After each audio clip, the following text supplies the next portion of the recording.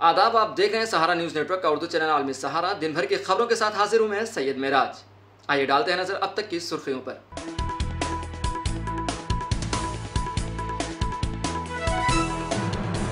WhatsApp ने Delhi high court में दिया तर्क, कहा अगर उन्हें एन्क्रिप्शन तोड़ने के लिए कहा गया तो हिंदुस्तान में काम करना कर देंगे बंद। उत्तराखंड के जंगलात में लगी आग, पहुंची हिंदुस्तानी फौज के इलाके तक। ITI की इमारत भी हुई मुतासिर, आग पर काबू पाने के लिए करनी पड़ रही जद्दोजहद। तंजानिया में हो रही बारिश के सबब 155 अफराद हलाक, 51,000 घर हुए मुनहदिम, आम जिंदगी दरहम बरहम। अमरीकी यूनिवर्सिटी जॉर्ज वाशिंगटन में तलबा की गिरफ्तारियों के बावजूद फिलिस्तीन के हिमायत में मुजाहिरे जारी, पुलिस की जारिहत का करना पड़ रहा सामना। यूक्रेन ने की अपील, कहा पेरिस ओलंपिक मुकाबलों में रूस पर आयद की जाए पाबंदी।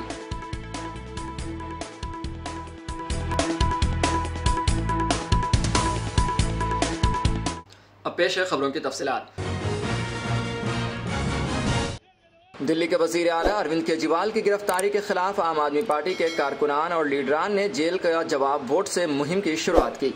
इस दौरान मशरक़ी दिल्ली की लोकसभा सीट से पार्टी के उम्मीदवार कुलदीप कुमार ने कहा कि वो जिन्होंने दिल्ली वालों को बेहतरीन स्कूल और मुफ्त बिजली देने का काम किया, ऐसे वजीर आला को बीजेपी ने झूठे मामले में जेल में डाल दिया है।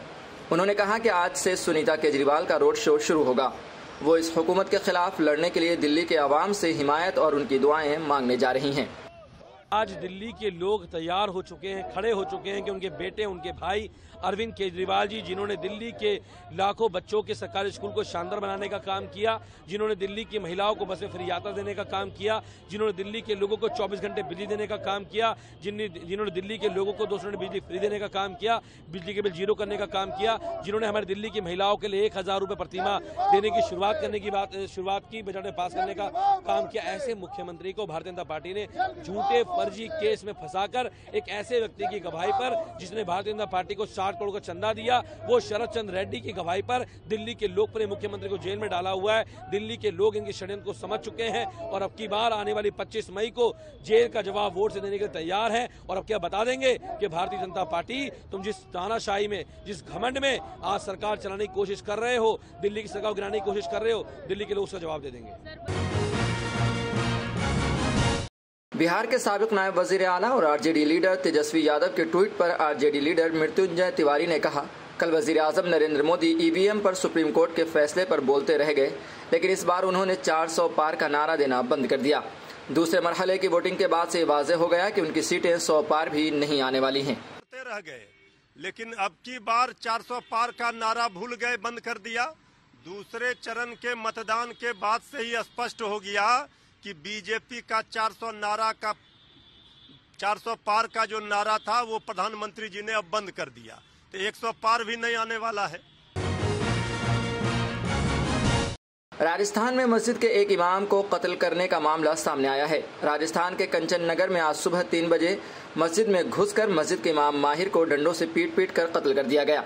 मौलाना माहिर मस्जिद से मुल्हक एक कमरे में रहते थे। वहां कुछ बच्चे भी रह रहे थे। बच्चों ने पुलिस को बताया कि 3 लोगों ने कमरे में घुसकर डंडों से मौलाना माहिर को बेदर्दी से पीटा, जिसके बाद उनकी मौके पर ही मौत हो गई। पुलिस ने अनजान लोगों के खिलाफ मामला दर्ज कर कार्रवाई शुरू कर दी है। मुझे थाने पे सूचना मिली कि कंचन नगर मस्जिद में मौलवी हैं माहिर मोहम्मद, जिनकी हत्या कर दी गई है। मौके पर पहुंचे, जानकारी जुटाई तो ये तथ्य सामने आए कि मस्जिद के पास ही रूम बना हुआ जिसमें वो रहते थे और उसी रूम में 5-6 छोटे बच्चे और जिनको वो पढ़ाते थे वो भी उन्हीं के पास रह रहे थे। बच्चों ने बताया कि करीब 3 व्यक्ति थे जिनके पास डंडे थे। उन्होंने डंडे से मौलवी साहब के साथ मारपीट की, जिससे उनकी मृत्यु हो गई है। सूचना पर मौके पर पहुंचे, FSL टीम को बुलाया, डॉग स्क्वाड को बुलाया मौके पर। श्रीमान सीओ साहब भी मौके पर पधारे। प्रकरण में अनुसंधान किया जा रहा है। व्हाट्सएप ने दिल्ली हाई कोर्ट में कहा है कि अगर उन्हें एन्क्रिप्शन तोड़ने के लिए कहा गया तो वो हिंदुस्तान छोड़ देंगे। कंपनी का कहना है कि लोग इस प्लेटफॉर्म का इस्तेमाल प्राइवेसी और एंड टू एंड एन्क्रिप्शन की वजह से करते हैं। अगर उन्हें इसे तोड़ना पड़ा तो इंस्टेंट मैसेजिंग प्लेटफॉर्म भारत में काम करना बंद कर देगा। व्हाट्सएप की जानिब से ये बात दिल्ली हाई कोर्ट में चल रहे एक मामले की सुनवाई के वक्त कही गई। कोर्ट में व्हाट्सएप और उसकी पेरेंट कंपनी फेसबुक इंक अब मेटा की अर्जियों पर सुनवाई हो रही है, जिसमें 2021 इंफॉर्मेशन टेक्नोलॉजी के कवानीन को चैलेंज दिया गया है।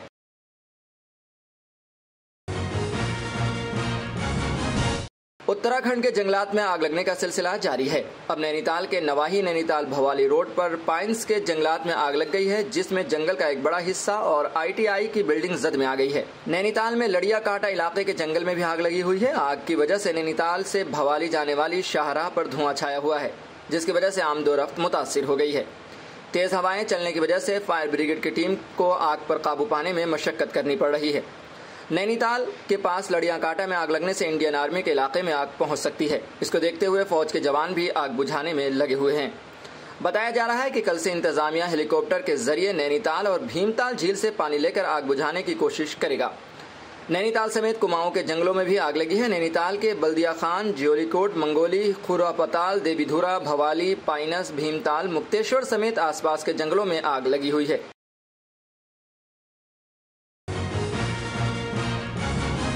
लीबिया के बाद खौफनाक आंधी के तूफान ने अब यूनान का रुख कर लिया है। यूनान की राजधानी एथेंस सहारा से आने वाले धूल और गर्द के शदीद बादलों की लपेट में आ गया है, जिससे शहर की फिजा नारंगी रंग की हो गई है। एथेंस में धूल मिट्टी की वजह से हद निगाह कम हो गई है, जिससे ट्रैफिक की रवानी शदीद मुतासिर हुई और शहरियों के लिए सफर करना मुश्किल हो गया है। जबकि मकामी इंतजामिया ने लोगों को घरों में रहने की हिदायत जारी की है। बता दें कि मार्च 2018 के बाद यूनान में आने वाला ये तूफान बदतरीन धूल का तूफान है।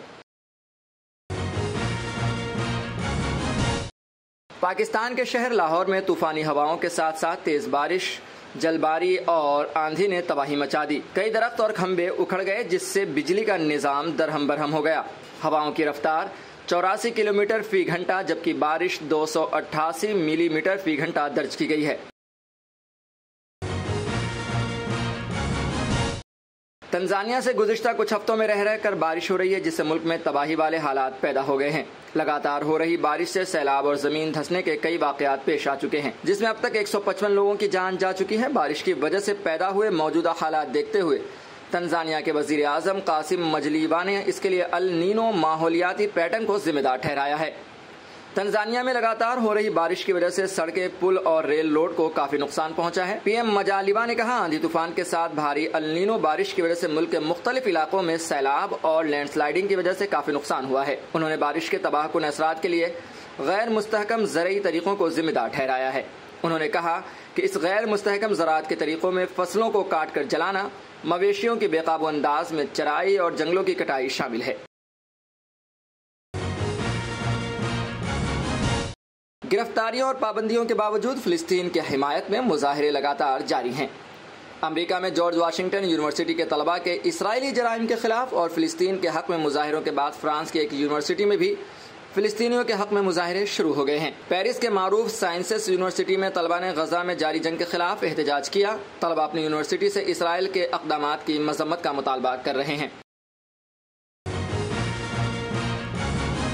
यूक्रेन ने अपील की है कि यूक्रेन में रूस की अस्करी जारिहत की वजह से पेरिस ओलंपिक मुकाबलों में रूस पर पाबंदी आयद कर दी जाए।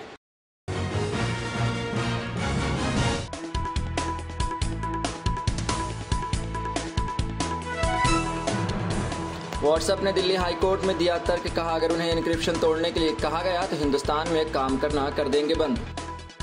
उत्तराखंड के जंगलात में लगी आग पहुंची हिंदुस्तानी फौज के इलाके तक। ITI की इमारत भी हुई मुतासिर। आग पर काबू पाने के लिए करनी पड़ रही जद्दोजहद। तंजानिया में हो रही बारिश के सबब 155 अफराद हलाक, 51,000 घर हुए मुनहदिम, आम जिंदगी दरहम बरहम। अमरीकी यूनिवर्सिटी जॉर्ज वाशिंगटन में तलबा की गिरफ्तारियों के बावजूद फिलिस्तीन के हिमायत में मुजाहिरे जारी, पुलिस की जारिहत का करना पड़ रहा सामना। यूक्रेन ने की अपील, कहा पेरिस ओलंपिक मुकाबलों में रूस पर आयद की जाए पाबंदी।